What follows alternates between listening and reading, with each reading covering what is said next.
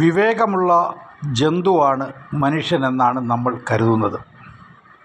എന്നാൽ കഴിഞ്ഞ ദിവസങ്ങളിൽ കേരളത്തിലെ തെരുവോരങ്ങളിൽ അങ്ങുമിങ്ങുമായി ചില ആളുകൾ പീതപതാകയും പിടിച്ചുകൊണ്ട് ചില അസഭ്യവർഷം പറഞ്ഞുകൊണ്ടുള്ള പ്രകടനങ്ങൾ വിരലിലെണ്ണാവുന്ന ആളുകൾ നടത്തുന്നതായി കാണാൻ കഴിയും.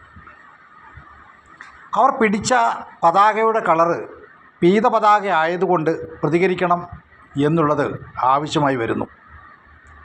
വെള്ളാപ്പള്ളി നടേശനെതിരെ മുസ്ലിം ലീഗ് പ്രവർത്തകർ തൊടുപുഴയിൽ പ്രകടനം നടത്തിയത് ആണ് കാരണമായി ഇവർ പറയുന്നത്. എന്നാൽ പണ്ടൊക്കെ വിവേകമുള്ള ആളുകൾ ആരാണ് ആദ്യം തെറ്റ് ചെയ്തത് എന്ന് നോക്കിക്കാണുകയും അതിനനുസരിച്ച് ആര് ചെയ്തു എന്ന് വിലയിരുത്തുകയും ചെയ്യാറുണ്ടായിരുന്നു. കഴിഞ്ഞ കുറച്ച് നാളുകളായി വെള്ളാപ്പള്ളി നടേശൻ കേരളത്തിലെ മുസ്ലിം സമുദായത്തിന് നേരെ നടത്തിക്കൊണ്ടിരിക്കുന്ന വിഷം തുപ്പൽ കാണാത്തവരായ ആരും തന്നെ കേരളത്തിലുണ്ടാകുകയില്ല. എന്നാൽ സ്വന്തം മകൻ ചെക്ക് കേസിൽ അകപ്പെട്ട് ദുബായ് ജയിലിൽ കിടന്നപ്പോൾ മുസ്ലിം സമുദായത്തിൻ്റെ സഹായം മേടിക്കാൻ യാതൊരു ഉളുപ്പും നടേശനുണ്ടായില്ല. പക്ഷേ നടേശന് വേണ്ടി പ്രകടനം നടത്തുന്ന ആളുകൾക്കറിയാത്ത മറ്റൊരു കാര്യം, നടേശൻ നടത്തുന്ന ഗൂണ്ടാപ്പണികൾക്കെല്ലാം പിന്നിൽ നിൽക്കുന്നത്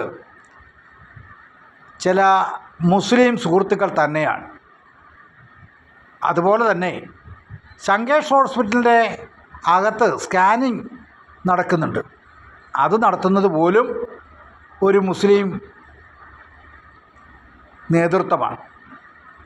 അപ്പോൾ നടേശൻ യഥാർത്ഥത്തിൽ മുസ്ലിം വിരോധമല്ല, മറിച്ച് സ്വന്തം കാര്യം കാണുന്നതിന് വേണ്ടി കഴുതകളായി കുറേ ആളുകളെ കൊണ്ടു നടക്കണം എന്ന് മാത്രമേ ഉള്ളൂ. ഈ നടക്കുന്നവരോട് വിനയത്തോടു കൂടി പറയാനുള്ളത്, ദയവായി നിങ്ങൾ പീതപതാക പിടിച്ചുകൊണ്ട് നടേശ പരിപാലന സംഘത്തിൻ്റെ ആളുകളായി ഇറങ്ങരുത്. പീതപതാക എന്നത് ശ്രീ നാരായണ ഗുരുദേവൻ ശിവഗിരി തീർത്ഥാടനത്തിൻ്റെ ഭാഗമായി ഉപയോഗിക്കുവാനായി അനുവദിച്ച് നൽകിയിട്ടുള്ളതാണ് എന്ന മിനിമം വിവരമെങ്കിലും നിങ്ങൾക്കുണ്ടാകണം. അതുകൊണ്ട് തന്നെ ശ്രീ നാരായണ ഗുരുദേവൻ്റെ കടക്കൽ, അദ്ദേഹത്തിൻ്റെ ചിന്തകളുടെ കടക്കൽ നിങ്ങൾ കത്തിവെക്കുകയാണ് എന്ന സത്യം നിങ്ങൾ തിരിച്ചറിയണം.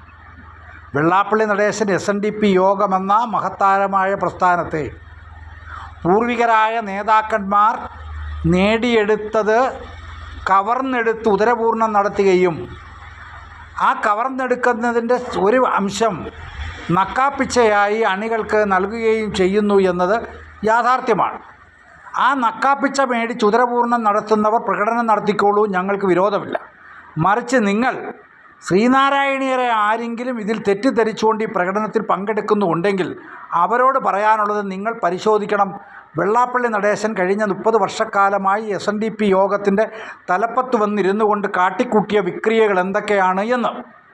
ഞാനിത് പറയാൻ കാര്യം, ഇന്ന് ശ്രീനാരായണ പ്രസ്ഥാനത്തെ നയിക്കുന്ന ആളുകൾ എന്ന് പറയുന്ന വെള്ളാപ്പള്ളിയും കൂട്ടരെയും കഴിഞ്ഞ 6 വർഷക്കാലമായി അധികാരത്തിൽ നിലനിർത്തിയിരിക്കുന്നത് പിണറായി വിജയനാണ് എന്ന സത്യം എല്ലാവർക്കും അറിയാം. അതിൻ്റെ പരിണിതഫലമായി SNDP യോഗത്തിൻ്റെ ആസ്ഥാന മന്ദിരം പോലും പിന്നോക്ക വികസന കോർപ്പറേഷൻ പണം കൊടുക്കാനുള്ളതിനാൽ ജപ്തി ചെയ്യപ്പെട്ടിരിക്കുന്നു എന്നതാണ് സത്യം.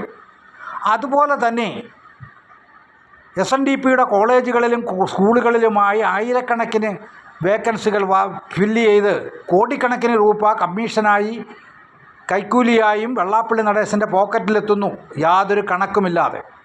അതുകൂടാഞ്ഞിട്ട് മൈക്രോ ഫിനാൻസിൻ്റെ പേര് പറഞ്ഞുകൊണ്ട് നിരവധി ധനകാര്യ ഏജൻസികളിൽ നിന്നും പണം കടമെടുത്ത് പാവങ്ങളായ അമ്മമാർക്ക് നൽകുന്നു. പക്ഷേ ആ നൽകുന്നതിന് മേടിക്കുന്നതാകട്ടെ 4% പലിശയ്ക്ക് കിട്ടുന്ന പണം 12% പലിശയ്ക്ക് സമുദായ അംഗങ്ങൾക്ക് കൊടുത്ത് ഇടനിലക്കാരനായി നിന്നുകൊണ്ട് കുംഭ വീർപ്പിക്കുകയാണ് ചെയ്യുന്നത് എന്ന് കാണണം.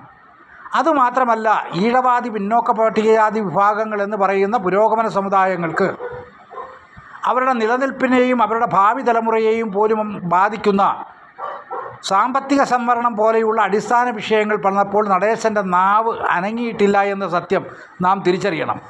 നാം നടേശൻ്റെ കൂലിക്കാരും വേലക്കാരുമല്ല എന്നും ശ്രീനാരായണ ദർശനങ്ങൾക്ക് അധിഷ്ഠിതമായി സമൂഹം കെട്ടിപ്പടുക്കുവാനുള്ള ജോലിക്ക് വേണ്ടി സ്ഥാപിതമായ പ്രസ്ഥാനമാണ് SNDP യോഗമെന്നും തിരിച്ചറിയണം എന്ന് വിനയത്തോടു കൂടി ഓരോ വിശ്വാസികളോടും അഭ്യർത്ഥിക്കുകയാണ്. ഞാനിത് പറയാൻ കാരണം ഇന്ന് കേരളത്തിൽ അങ്ങോളം ഇങ്ങോളം പ്രകടനം നടത്തുന്ന ആളുകൾ മറന്നു പോകുന്ന ഒരു കാര്യമുണ്ട്. വെള്ളാപ്പള്ളി നടേശൻ വന്നതിന് ശേഷം കേരളത്തിൽ എയ്ഡഡ് മേഖലയിൽ എത്ര കോളേജുകളും സ്കൂളുകളും നമുക്ക് കിട്ടിയിട്ടുണ്ട്? എന്തുകൊണ്ട് കിട്ടിയില്ല? ആരാണത് മേടിച്ചെടുക്കേണ്ടത് എന്ന് നാം സ്വയം പരിശോധിക്കണം. മറിച്ച് ആ 30 വർഷക്കാലം കൊണ്ട് മുസ്ലിം സമുദായം നേടിയ നേട്ടങ്ങളും അവർ നേടിയെടുത്ത കാര്യങ്ങളും നാം പരിശോധിക്കണം. അത് അവരുടെ മിടുക്കാണ്. കഴിവില്ലാത്തവൻ കസേരയിലിരുന്നാൽ കാര്യം കാണുകയില്ല എന്നതിൻ്റെ ഉത്തമ ഉദാഹരണമാണ് കള്ളനായ വെള്ളാപ്പള്ളി. ഇത് തിരിച്ചറിവ് നമുക്കുണ്ടാകാത്തടത്തോളം കാലം പ്രിയമുള്ളവരെ, നമ്മൾ അന്യമത വിദ്വേഷവും അന്യ വ്യക്തി വിദ്വേഷവും അന്യ സമുദായ വിദ്വേഷവും കൊണ്ട് നടന്നിട്ട് കാര്യമില്ല. കേരളത്തിലെ ഈഴവാദി പിന്നോക്ക ജനവിഭാഗങ്ങൾ ഇന്ന് മനുഷ്യരായി ജീവിക്കുന്നത് ഗൾഫ് രാജ്യങ്ങളിൽ എണ്ണയുള്ളത് കൊണ്ടും അവിടെ മുസ്ലിം ഭരണാധികാരികൾ ജാതിക്കും മതത്തിനും അതീതമായി എല്ലാവരെയും അവിടെ പ്രവേശിക്കുവാനും അവിടെ തൊഴിലെടുത്ത് ജീവിക്കുവാനുള്ള അവസരം നൽകുന്നതുമാണ് എന്ന തിരിച്ചറിവ് നമുക്കുണ്ടാകണം എന്ന് ഓർമ്മപ്പെടുത്തുന്നു.